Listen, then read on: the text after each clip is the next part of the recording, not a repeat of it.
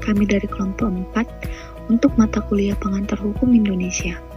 Kami akan membawakan materi dasar-dasar hukum Indonesia. Sebelum itu, izinkan kami memperkenalkan diri kami. Yang pertama, Desriana Situmorang sebagai ketua kelompok dengan NPM 2206000159. Yang kedua, Yohanes Simanung Khalid dengan NPM 2206000193. Yang ketiga, Lekman Gultom dengan NPM 2206000197.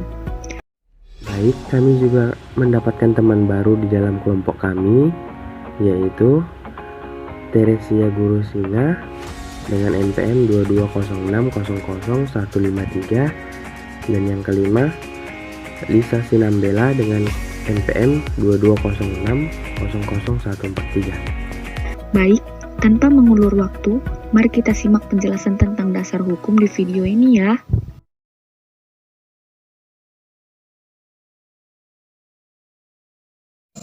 Secara garis besar, hukum adat dapat diartikan sebagai hukum kebiasaan, yang artinya aturan yang dibuat dari tingkah laku manusia yang tumbuh dan berkembang, sehingga menjadi sebuah hukum yang ditaati secara tidak tertulis.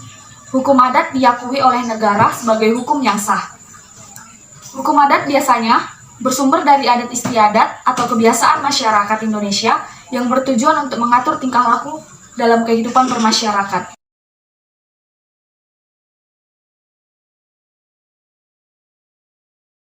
Objek hukum adat adalah segala sesuatu yang berguna bagi subjek hukum, yaitu manusia dan badan hukum, dan dapat menjadi pokok atau objek suatu hubungan hukum, karena itu dapat dikuasai oleh subjek hukum. Dan yang kedua, contoh hukum adat. Contoh hukum adat yang berlaku di Indonesia ada 5. Yang pertama, hukum adat potong jari ada di Papua. Yang kedua, hukum adat berjenjang ada di Aceh. Yang ketiga, hukum adat warisan ada di Bali. Yang keempat, hukum adat mahar ada di Maluku. Yang kelima, hukum adat pengasingan ada di Maluku juga.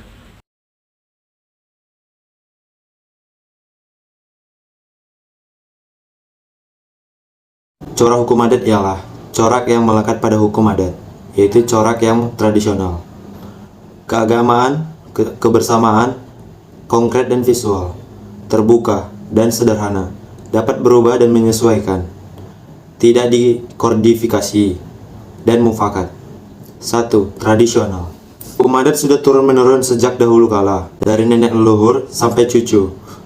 Ekstensinya tetap dipertahankan. 2. Keagamaan, atau bisa disebut dengan religio magis. Hukum adat mengandung kaidah-kaidah kekuatan gaib dan kepercayaan kepada Tuhan Yang Maha Esa. Mayoritas masyarakat Indonesia percaya bahwa Tuhan itu ada. Namun banyak juga yang percaya bahwasanya yang ada di semesta ini memiliki jiwa, contoh animisme, dan setiap kegiatan di bumi ini diawasi oleh makhluk-makhluk lain. 3. Kebersamaan, atau juga bisa disebut komunal. Dalam hukum adat, kepentingan individu berada di bawah kepentingan bersama. Kepentingan bersama jauh lebih penting daripada kepentingan individu atau pribadi. Dan hal ini juga diserap dalam konstitusi kita. Ruang lingkup hukum adat. Ruang lingkup hukum adat, pengertian hukum adat juga dikenal sebagai hukum kebiasaan di mana peraturan yang ada di dalamnya masih bersifat erat dengan norma dan kebiasaan setempat. Jadi, ruang lingkup hukum adat hanya sebatas wilayah yang menganut adat atau kepercayaan tersebut saja.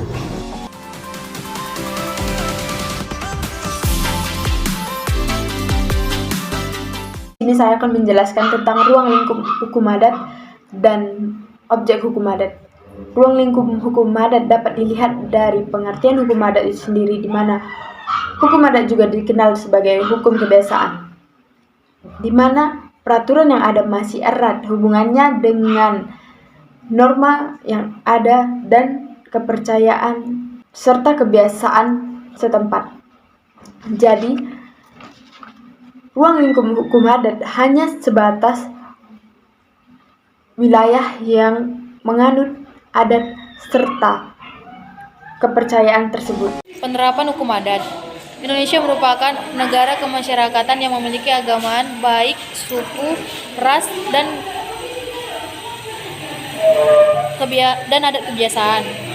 Keragaman itu menjadi suatu kekayaan dan potensial yang dimiliki oleh bangsa Indonesia.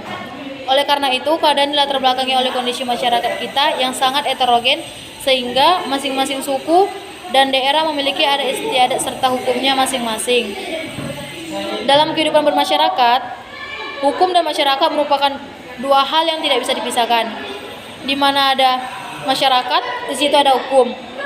Oleh karena itu dibutuhkan suatu aturan hukum untuk mengatur kehidupan masyarakat demi mencapai ketertiban umum. Antara hukum tersebut ada yang tertulis maupun yang tidak tertulis, berlaku secara nasional maupun kedaerahan di dalam lapangan hukum publik maupun hukum privat.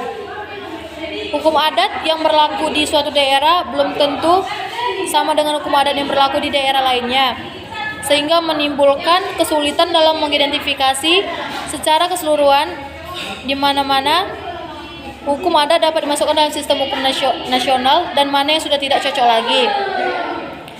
Kondisi ini tentunya tidak terlepas karena sifat dari hukum adat itu sendiri yang sangat dinamis, di mana dapat mengikuti perkembangan di masyarakat adat itu sendiri.